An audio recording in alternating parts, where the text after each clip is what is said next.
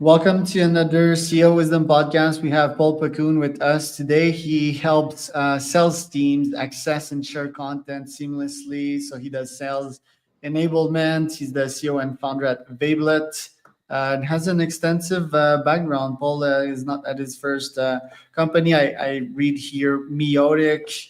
You've been a director of sales, I guess, and a CTO at some point of your career. So it's an interesting background. Paul, can you tell us a bit more about what you do precisely and what you're up to nowadays? Okay, so I've been a technologist my entire life. My first internship was with IBM, analyzing how to build a chip between two layers, and then worked for venture capitalists. And then when I graduated RPI, where I went to undergraduate school, I was a little burnt out. So I go, if I could live anywhere, where would I live? And I said, Mexico. So I'm living in Ixtapa, Mexico for 6 months. I was a geo for Club Med. Great job. A lot of work. You're on every day for 7 days, but if you like people and you like being out, awesome. And then I kept asking people, this is 1985, if you could live anywhere, where would you live? And most people said Southern California. They liked it. The economy was strong. The nicest people were from Texas, but the Texas economy was bad because of oil at that point. So no one recommended moving to Houston or Dallas. So I got in my car and I drove to Southern California. I needed a job. So there was a store called the Computer Factory in the early days. So I was selling computers enough until I could start my own consulting business. And then a year later, I'm consulting. And then I went to grad school and people said, you did it all wrong. And I go, what do you mean? They go, you should be a consultant after you've worked in industry, not before you've worked in industry. So I went down that path and I worked for a mergers and acquisition firm for 3 years. I worked for AST Computers. I liked them. I worked in the travel industry, worked for Deloitte. And then I went to a .com in 1999. We were an ISP in the days of AOL and dial-up. Ours was called virtually free internet. So we were $15 a month for internet access, and everybody you referred, you got paid $5. Everything was going really well. We took it public in March of 2000. That's when the .com bubble was bursting. And then Net Zero shows up and says the internet should be free. Yay. Well, that really screwed our model.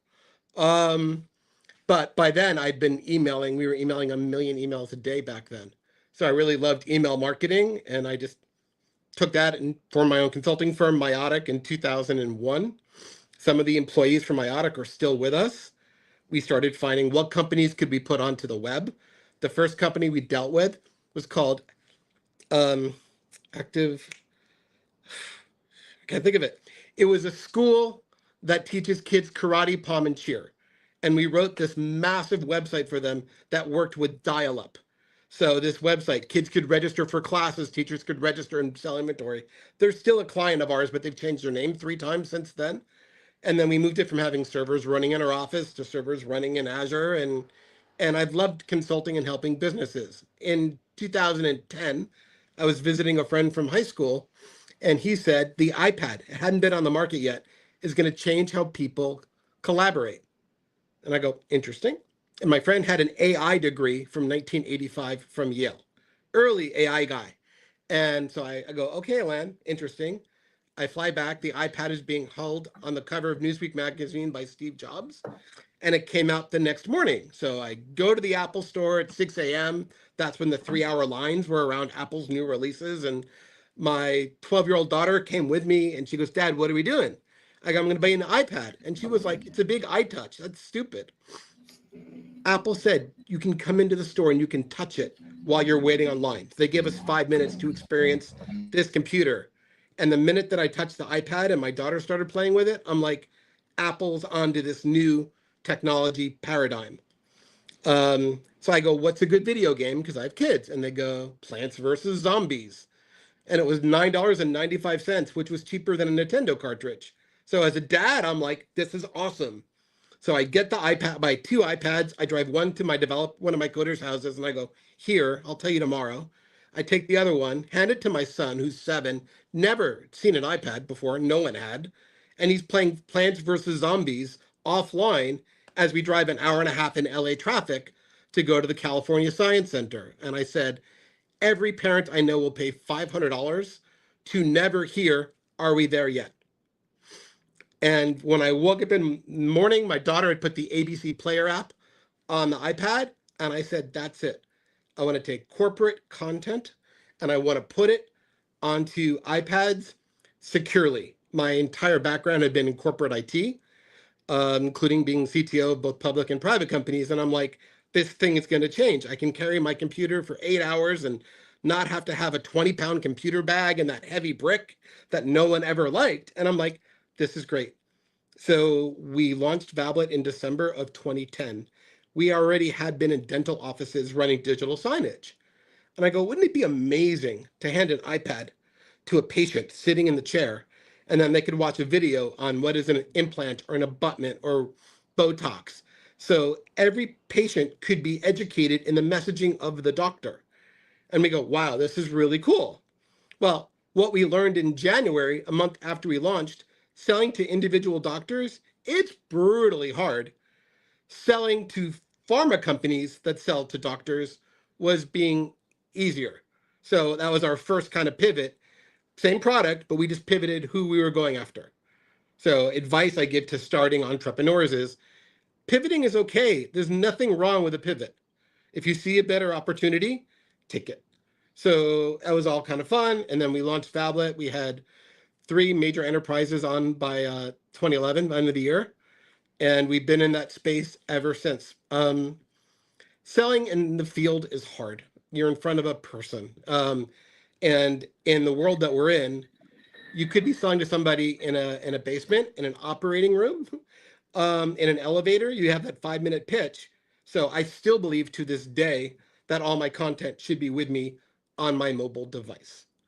Right. That is if you're pitching physically, right? Like, is pitching physically still efficient? Like, I do recommend it, especially if you're in New York, right? Like, New York is a Uh-oh, I is a lost audio. hub. Wait, Yeah.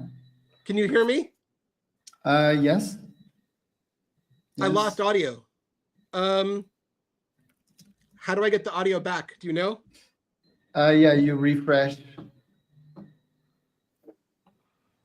Yeah, refresh and come back. Can you hear me? Yes. Uh-oh, I cannot hear at all.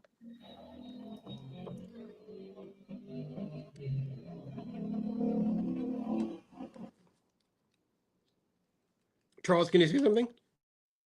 Yep. Test 1, 2. So Paul will be back. He will come back to the studio, and I will ask him questions. So stay tuned for that.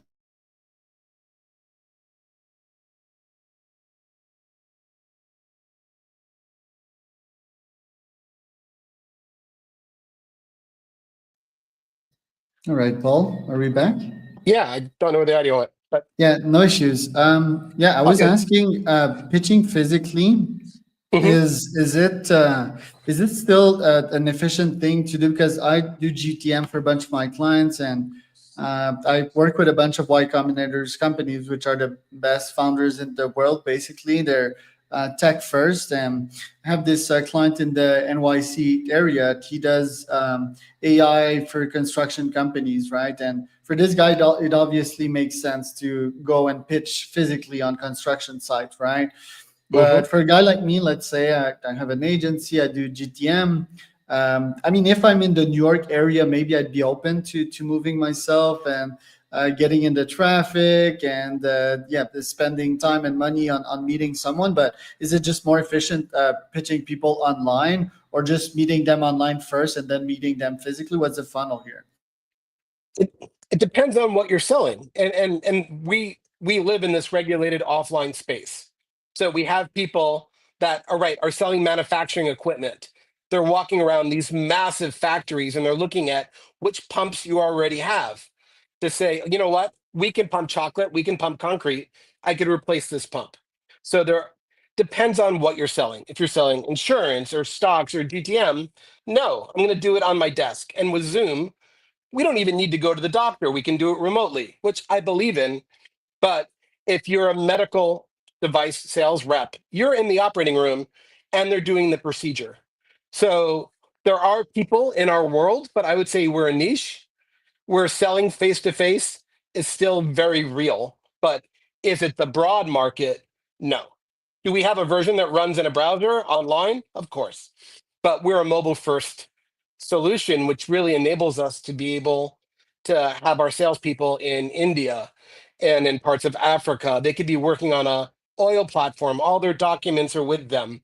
So it doesn't matter really where you are in our world, but it's not the 80% of the world, it's the 20% at most.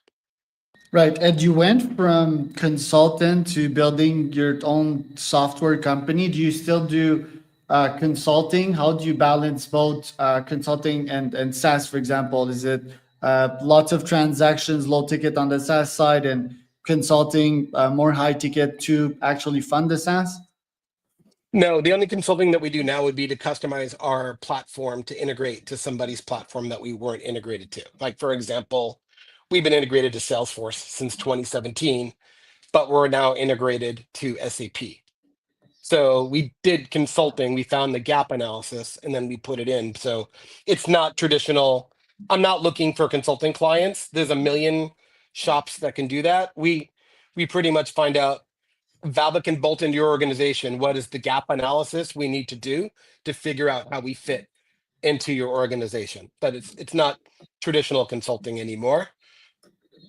And Though what do you charge precisely? How many clients do you have right now? Can you give us a financial portrait of the company? um, our clients are interesting because one Abbott could have 22 separate divisions. So yeah, we have 30 enterprise clients.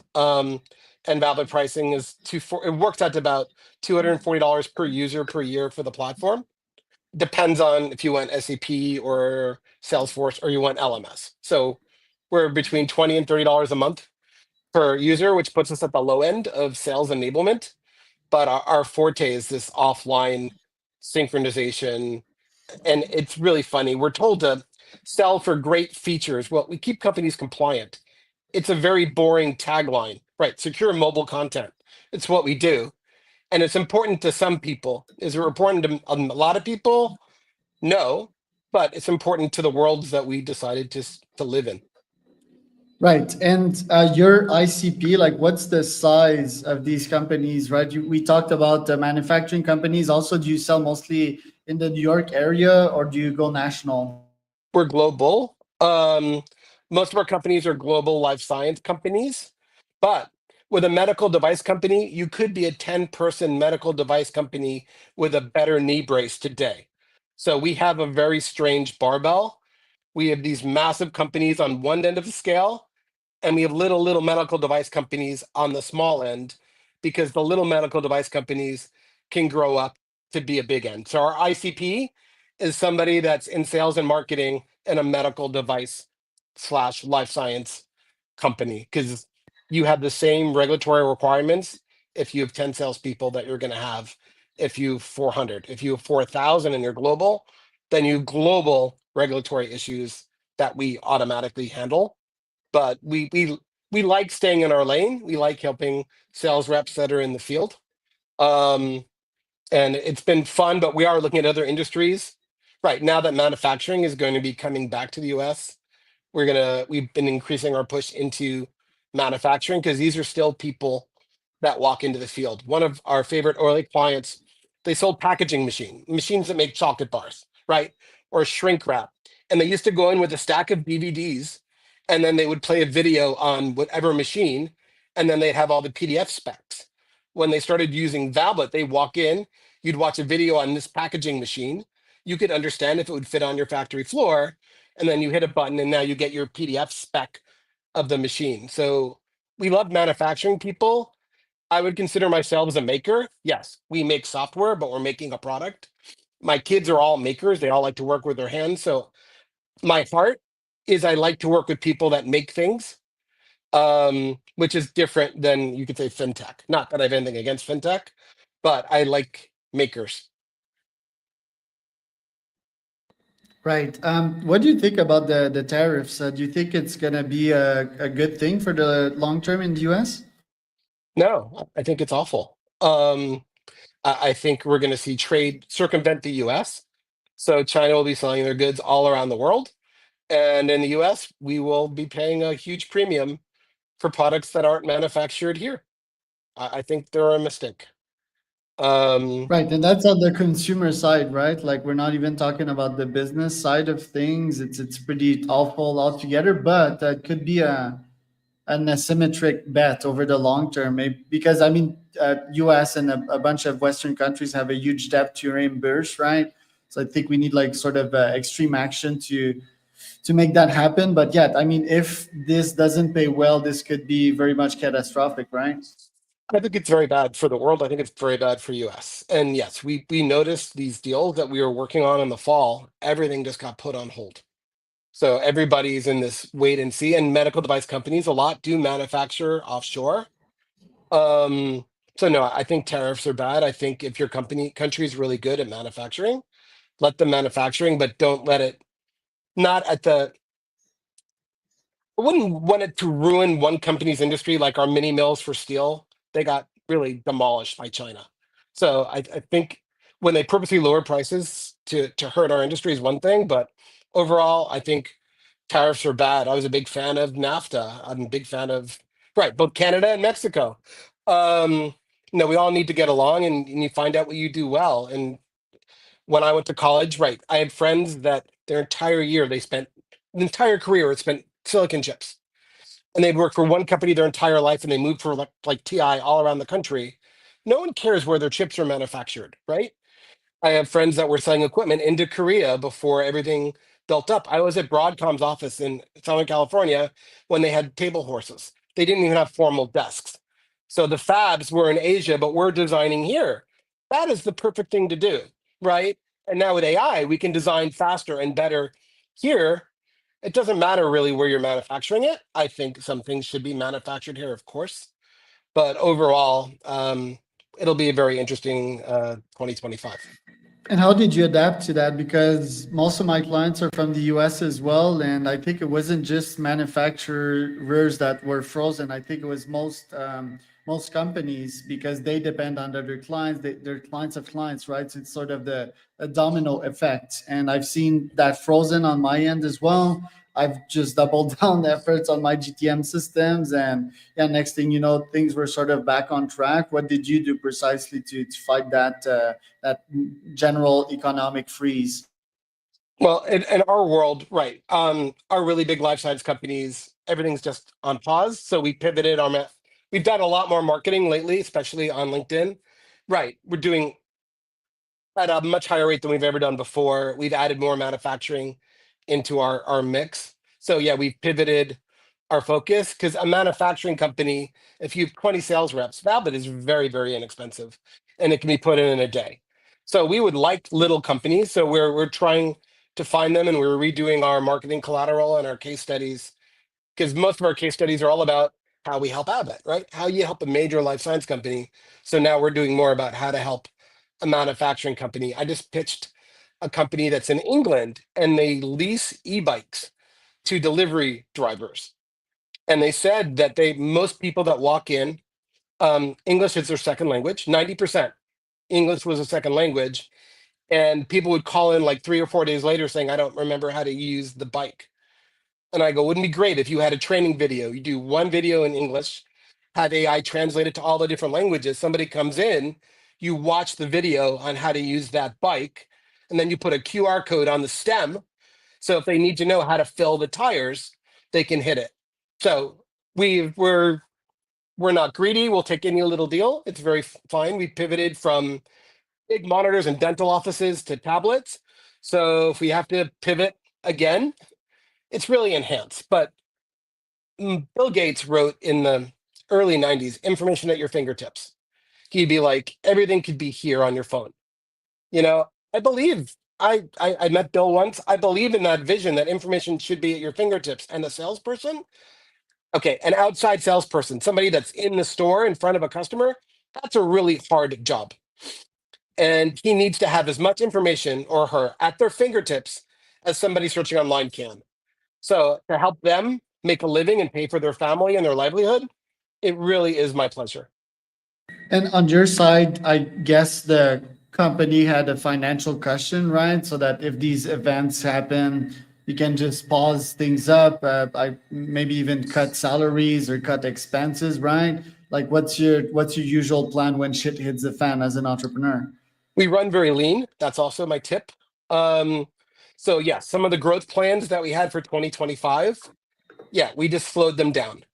We're still doing AI, but I have less people doing it now than before because AI development, it's expensive, it's evolving very quickly, and we can't really monetize it yet, right? It's going to take a while. So some things slowed down, um, but we haven't slowed down that much. We stay very lean.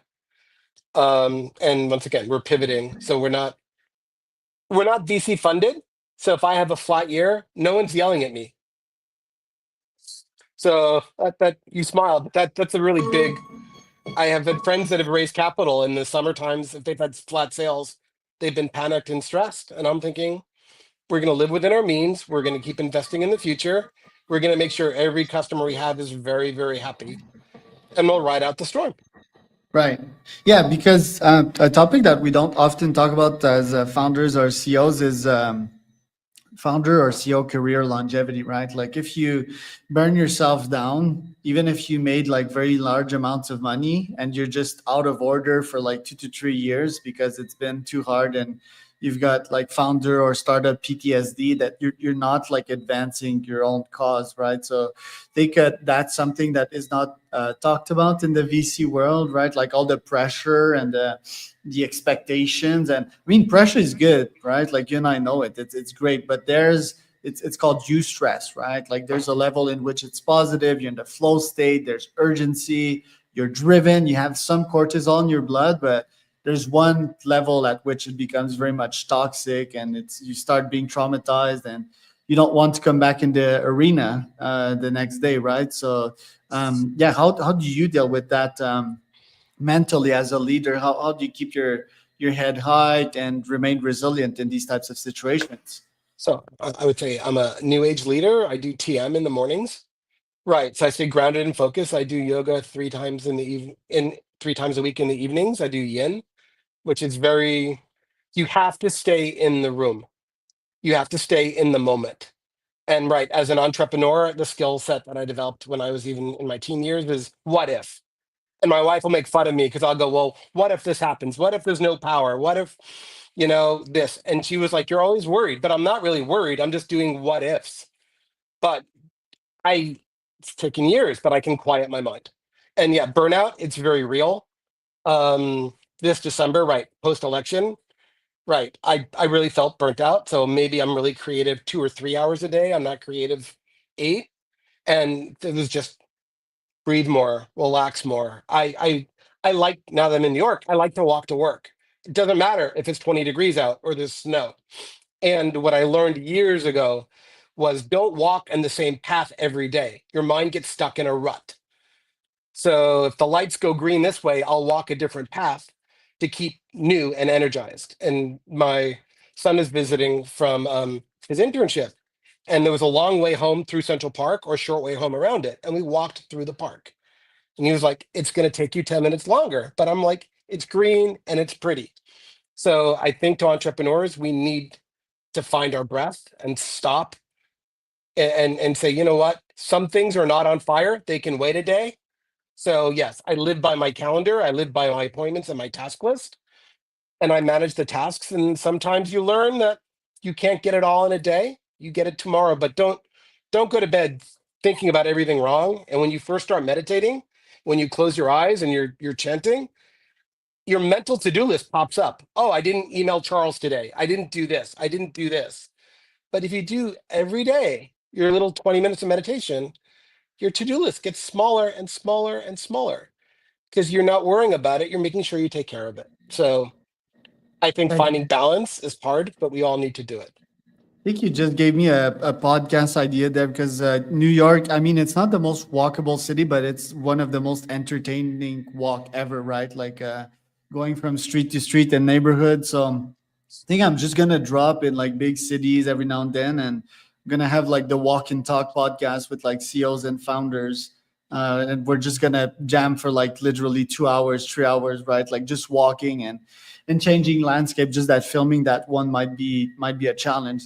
Either like just audio, or I hire a very resilient cameraman that can walk backwards for 3 hours. What do you think about that idea? Well, I think it's a great idea. Um, Would you do I one with me? Of course, I take you to the High Line. That's my favorite thing to walk in downtown New York. Um, so yes, it'd be my pleasure. And when people come to visit, I'm very right, because as a CEO, I'm a little anal about things. I'm like, you want to do the walk a half an hour before sunset. So while you're on this hour-long walk, you have it in daylight, and then you have it in the beautiful color of the sunset and that great Oh yeah. evening lighting. So I'm not only do I pick where I walk, when I walk, but usually there's a highlight of something that we're doing. There's a walk with let's just take in the moment and let's enjoy, but there's always an intent there. Or let's go to Grant's tomb, which is in the northern side of Manhattan. It'd probably be a 2 hour walk from Midtown, but we could go there. So it's all up to you. But I think to walk around Paris and to understand people, Honda has an expression: go to the place. If you want to understand Montreal, you go to Montreal. And if you go to the park in Montreal, you're like, it's designed by the person who designed Central Park. And if you go there, you notice the bench and you're like, Homestead, I know who did this. So, yes, going to the place is really good for any entrepreneur. Leave your city, go to another city, do something which is uncomfortable. I don't think this is uncomfortable for you, but Yeah. do something out of your normal comfort zone and you build neural pathways that are new. For dementia patients, they say get them out and have them see something different to make new neural pathways. So count me in when you come to New York. Yeah, I love that. I totally love that. I was also thinking of organizing like runs in parks for CEOs and founders group as well. That one's a bit more intense, right? But I think a bunch of people, they've never ran a marathon, right? But instead of just subscribing to a marathon, they could just do it in a nice park with other founders and CEOs and chit chat while they are actually running with more experienced people. So yeah, I'd love to execute these, man. The time, right? As a founder and a CEO, you always have like 1,000 projects. So I guess that's where AI comes in, right? Like just last topic before you go. How do you use AI to actually optimize your days, your calendar, your productivity, and your team? Okay, so all of our coders have been using AI since the minute that they could to improve their code. So we're coding faster and cleaner. And I was just reviewing code while I was waiting for this podcast, and it's beautifully formatted. So it's a good sign for AI. So we're using AI to code more efficiently. For me, whenever I do research on any individual, right, I'll use ChatGPT and a very complex prompt that I built to go deep dive on people. So I do research. So our go to market, we're always researching the companies, and once in a while we'll go, how could this company use Vablet based on these documents that we're providing? So we're looking at innovative ways using AI to right the regen part of AI. I love right to ideate and think of new stuff. Um, we were in a Uber in a conference in Florida, and I asked AI, how can I do an HTML calculator to do the following to see if somebody is fatigued?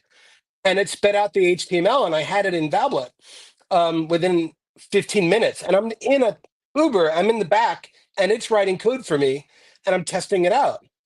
So just imagine now with AI, I can, when I have downtime, I can think of, oh, can I use a smartphone to detect if somebody has malaria? And the answer is yes, you can. And then I'm like, well, show me how. Now, can you write the code for me? And it goes, we know you're an expert coder, and we know you, it knows that I like these platforms to code in, and then it spits out code, and then we try it. So yes, AI is helping me ideate, find new uses of our current technology, um, and then the stuff that no one likes documenting and making sure that your code is bug free. It's amazing. And we've done some really deep dives using Python. The code's been AI generated, and we're like, it's amazing. So I've embraced it wholeheartedly. I encourage it.